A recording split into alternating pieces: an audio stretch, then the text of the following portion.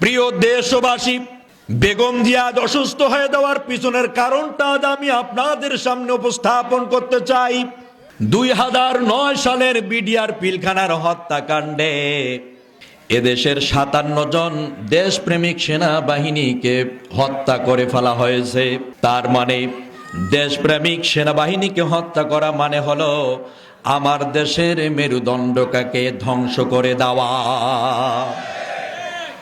কারা হত্যাকাণ্ড চালাইল সেটাকে অনুসন্ধান করার জন্য বেগম জিয়া অনুসন্ধান চালালেন।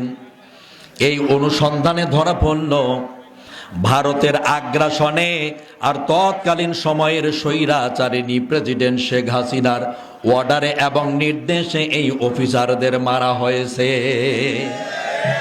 স্বৈরাচারিণী বুঝতে পেরেছে বেগম জিয়া যদি বাইরে থাকে দেশে, তাহলে দেশের মানুষ জানতে পারবে, জনসমুদ্র ফুঁসে উঠবে কেন দেশের মানুষগুলোকে, দেশের অফিসারদের হত্যা করা হলো। দেশের মানুষেরা ফুঁসে ওঠে হাসিনার মস্তককে টেনে হেসড়ে তক্তা তাউস করে তাকে ক্ষমতা থেকে নামায় দিবে।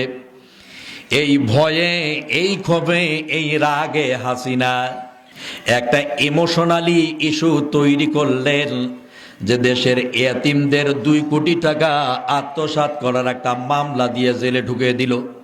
হ্যাঁ, কথা বলে না কেন?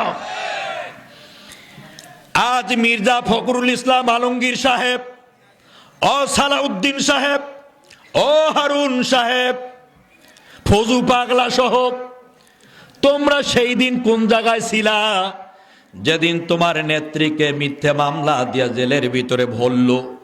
আরে কথা বলে না কেন? তোমরা সেই দিন কোথায় ছিলা? মিথ্যে ইস্যু তৈরি করে তোমার নেত্রী বেগম জিয়াকে জেলের ভিতরে ঢুকালো। মাসের পর বছর চলে গেল, বছর পরে শাস্তি ভোগ করতে করতে অবস্থা খুবই খারাপ।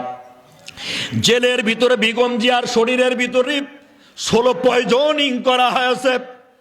আমার প্রিয় ভাইয়েরা, আপসহীন নেত্রী কোনোদিনও ভারতের আগ্রাসনকে সহ্য করে নাই। তিনি জেলের ভিতরে অসুস্থ হয়ে গেলেন। তোমরা সাধারণ নেতা কর্মীরা একটা গণ আন্দোলন করে বিপ্লব তৈরি করে নিজের নেত্রীর একটা চিকিৎসার ব্যবস্থা এই দেশে তোমরা করতে পারো নাই।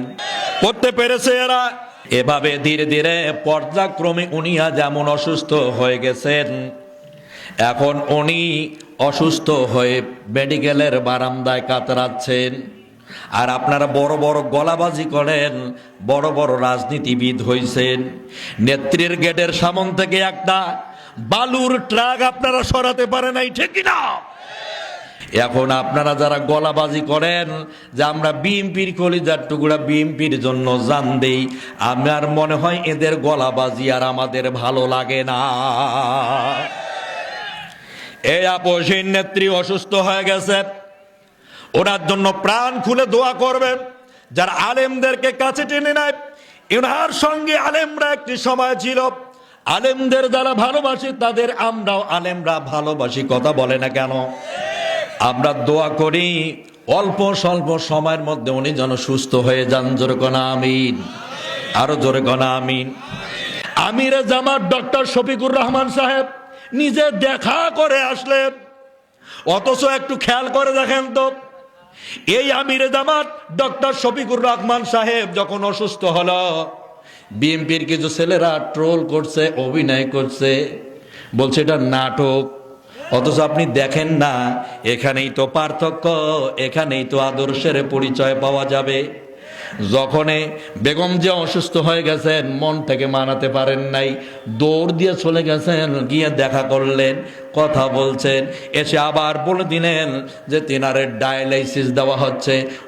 অন্য সময় যেমন অসুস্থ ছিল তার চেয়ে এবং একেবারে অসুস্থ, সিরিয়াস রোগী। দোয়া করবেন দেশের মানুষেরা, আমরা সবাই তার জন্য দোয়া করি। কি বলেন?